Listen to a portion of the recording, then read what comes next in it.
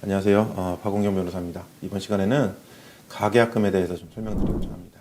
이게 떼일 돈인지 환불받을 수 있는 돈인지 항상 논란이 되고 어렵습니다. 제일 먼저 명확한 법 규정이 없습니다. 계약금은 법에서 규정이 되어 있는데 민법에서 법 규정이 없고 또 관행도 불분명합니다. 또 여러 상황에서 이게 보통 지급이 되고 이런 상황이기 때문에 판례로도 명확하게 법리 정리가 되어 있지 않아요.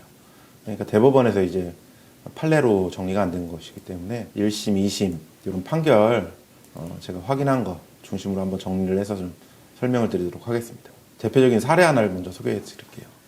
아파트를 10억 원에 매매하기로 하고 1억 원을 계약금으로 정하는데 가계약금으로 1,000만 원을 입금했다라고 해볼게요.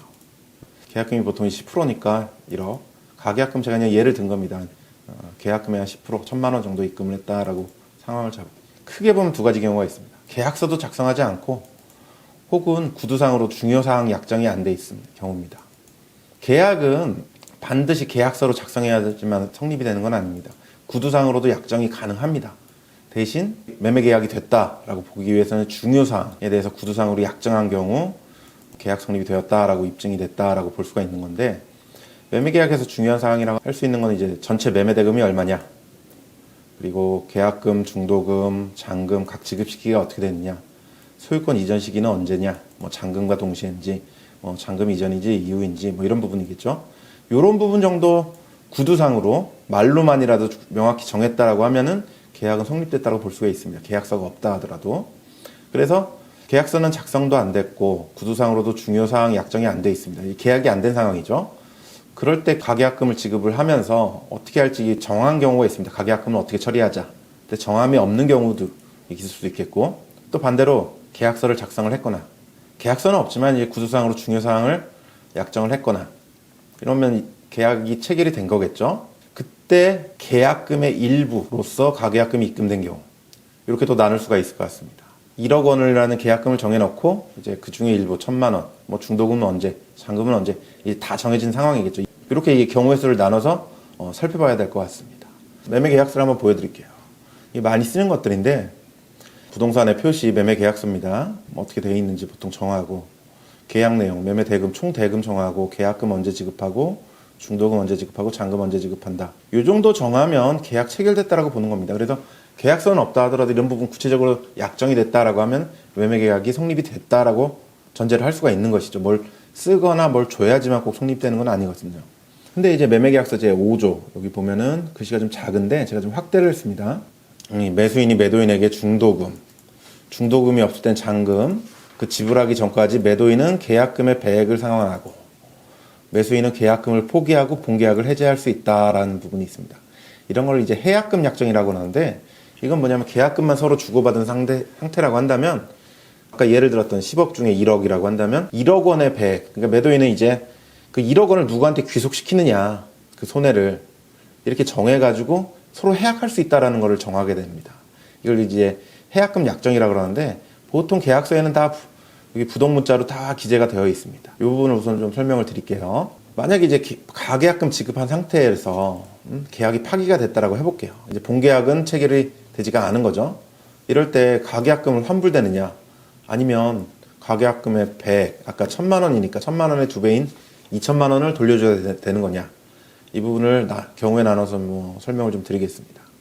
먼저 매도인이 가계약금 받고 아예 안 하겠다라고 말을 했을 때 어떻게 될까요? 가계약금 1,000만 원은 당연히 반환해야 됩니다. 왜냐하면 매도인이 돈 받고선 계약 안 한다고 했으니까. 그러면 추가로 1,000만 원만 돌려주면 되는 거냐, 이게 쟁점이거든요. 그래서 별도 합의가 없다라고 할 때, 아무것도 계약서도 작성하지 않고 총 매매 대금도 정하지 않고 만나서 이제 정해보자라는 차원에서 일단 가계약금 입금한 상황이라고 한다면, 이때는 1,000만 원만 반환하고 서로 이제 끝을 내면 크게 문제는 없습니다, 보통은. 근데 별도 합의가 있는 경우가 있습니다. 그럼 그에 따라야죠. 예를 들어서 계약을 체결하지 않을 때 가계약금의 배액을 상환한다. 1,000만 원 받았으니까 1,000만 원 플러스 또 1,000만 원, 2,000만 원을 반환한다. 이렇게 정해져 있다라고 하면 그에 따르면 됩니다. 근데 가장 문제가 되는 경우가 이 경우인데, 계약서도 작성이 되었고, 그럼 계약서는 작성은 안 돼 있어요. 근데 계약금, 중도금, 잔금, 등기 일정, 이게 다 정해진 상황입니다. 이럴 때는 어떻게 될 것이냐. 1,000만 원만 돌려주면 되느냐, 매도인이. 그렇지는 않다라는 거죠. 이때는 가계약금이 기준이 아니라 계약금의 기준입니다. 원래 그 매도인이 이때는 1,000만 원은 받았지만 총 1억 한도, 이제 계약금이 1억이지 않습니까? 원래 해약금이라고는 설명을 드렸잖아요. 그러면 원래 매도인은 계약금의 배액을 상환하고 해지할 수 있다라고 되어 있지 않습니까? 이때는 계약금을 받았을 때 얘기인 건데 받지를 않았으니까 원래 계약금 한도로 해서 1,000만 원은 이미 뭐 무효가 됐으니까 돌려주고 1억 원을 배상을 해야 되는 것이죠. 이때는 이렇게 됩니다.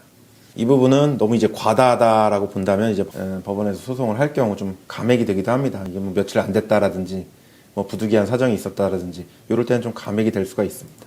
매도인이 위약할 때는 가계약금만 반환하는 경우만 있는 경우는 아니라는 거 제가 한번 설명을 드리는 겁니다. 근데 만약에 그 사이에 아파트 가격이 10억에서 15억 원으로 뭐 5억 원이 상승했다라고 해볼게요. 이제 가계약금 받아놓고 마티상 며칠 있다가 만나서 계약하자라고 했는데 매도인이 나타나지 않았는데 그때 이미 15억 원으로 가격이 5억 원이나 이제 올랐다라고 해볼게요. 그럼 어떻게 되느냐? 원래 매수인은 제대로 매매 계약이 됐으면 10억짜리 사서 15억 원이 됐으니까 5억만큼 더 벌지를 못한 거 아니겠습니까? 그래서 손해액이 총 5억 원이지만 근데 이 경우에도 1억 한도로만 이제 배상 청구가 가능하다라는 겁니다. 아까 예를 들었듯이 계약금이 1억 원으로 약정이 되었다라고 한다면 역시 또 마찬가지로 또 1억 원도 법원이 너무 좀 과도하다라고 하면 좀 감액이 되거나 이렇게 될 수는 있습니다. 그럼 반대로 매수인이 위약을 했을 때 계약을 체결하지 않고 위약을 했을 때 어떻게 되는 경우 설명을 드리자면 제일 먼저 이제 계약서도 작성하지 않았어요. 그리고 또 계약상 매매 대금이 얼마인지 혹은 등기를 언제 줄지 이런 것도 하나도 정하지는 않은 상태입니다. 그리고 또 가계약금 주면서 어떻게 할지 이 부분도 정하지 않았어요. 보통 이제 중개인이 어떻게 가계약금은 뭐고 이렇게 보통 정해서 문자를 보내는 게 보통인데 아무것도 안 정했어요. 가계약금만 입금하자 이렇게만 된 겁니다. 그럴 때는 가계약금 자체를 반환 청구를 할 수 있을지 아니면 매수인이 잘못했으니까 가계약금은 그냥 매도인한테 귀속이 되고 반환 청구가 안 될지 이게 참 애매합니다. 그래서 액수나 관행이나 이런 것들을 보고 이제 판단이 되는 건데 판례도 좀 약간 엇갈리는 것 같아요. 그래서 액수가 좀 적거나 그러면 이제 가계약금 입금을 했을 때는 서로 이제 만나서 계약이라도 하자. 어떤 증거금이든 이런 용도로 쓰였다는 그 정도라고 한다면 이제 보통 이제 매도인한테 귀속되는 걸로 마무리되는 경우가 많고, 근데 또 그렇지 않다라고 한다면 이제 돌려줘라 하는 경우도 있고 아직 이 부분은 판례가 왔다 갔다 하는 것 같아요. 근데 만약에 이제 가계약금 용도를 정한 경우는 어떻게 되느냐? 그때 그에 따릅니다. 그래서 가계약금 서로 계약하지 않기로 한다. 누구든 위약하면 돌려주기로 한다. 그럴 때면 반환 청구가 가능하겠고, 혹은 누구든 나타나지 않으면 귀속시키기로 한다라고 한다면 또 그에 정한 대로 이게 가면 됩니다.